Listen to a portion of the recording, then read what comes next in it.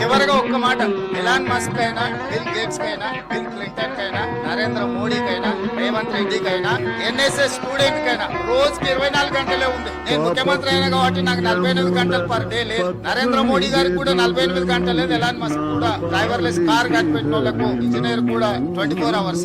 ఈ 24 అవర్స్ లో ఎవరికైనా 8 గంటలు పడుకోవడానికి, కుటుంబాన్ని కేటాయించడానికి 8 గంటలు తీసండి. 8 గంటల నాన్ ప్రొడక్టివ్ లైఫ్ ఏమంది. ఇంకా మిగిలింది ఎంత?